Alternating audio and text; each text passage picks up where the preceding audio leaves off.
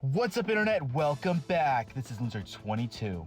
One of the many great things about emulating video games is the ability to use just about any controller with a USB plug or Bluetooth, so everyone's experience can be tailor-made. I personally believe if a game was designed with a specific controller in mind, it's best to play with that controller. But sometimes it's a lot simpler to have one controller as your go-to default. And that one controller should be versatile enough to handle enough thrown at it.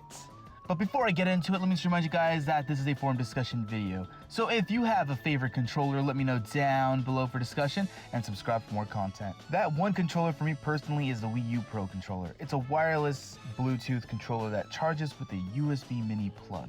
Yeah, that's right, not micro, it's a mini plug, so that means this controller is fairly old. While you have to install software to make this work on a Windows device, on Retropie there is no software necessary. I like this controller a lot because of how easy it is to swap between 3D games and 2D games. Almost every controller I've played either is specifically designed to work well with 3D games, or marketed as a classic controller where the joystick is off to the side.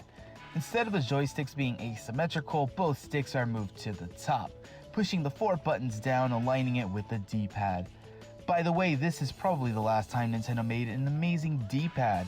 They used to be the D-pad experts, but the D-pad on the Switch Pro is kind of broken. That means if you want to play classic games with the D-pad, it will definitely feel natural. Now switching to 3D, it may take some time adjusting to the buttons being lowered, but that should not take long and you'll forget about it within only a couple minutes. Now the big elephant in the room, the right joystick is at the top. And honestly, the only reason why this would be a problem is because we have been conditioned to have the sticks pushed down. Most games you've played won't use this stick, or at least the classic games.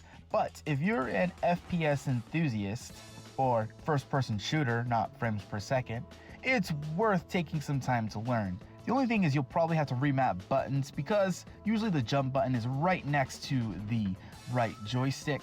And since you moved that joystick, you're putting that button far away from that stick, which is why in a game like Splatoon, the jump button was actually on the top instead of the usual bottom button. The buttons are in the order that you expect from Nintendo, and I've gotten used to this. Not only that, but Retropie actually uses this formation. Just keep that in mind if you're not used to this orientation. And the buttons are a perfect size, nice and big so they're easy to find without looking for them. The last great positive is the battery life. This thing lasts forever.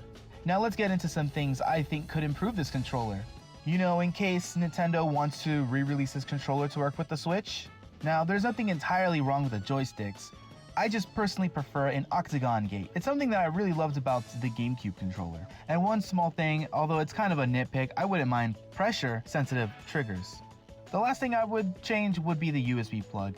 It would be nice if it had a USB-C, for obviously fast charging and just to be up to date. So that was my favorite controller, but I know a lot of people have their own favorite controller. Some people like the PlayStation orientation of the sticks.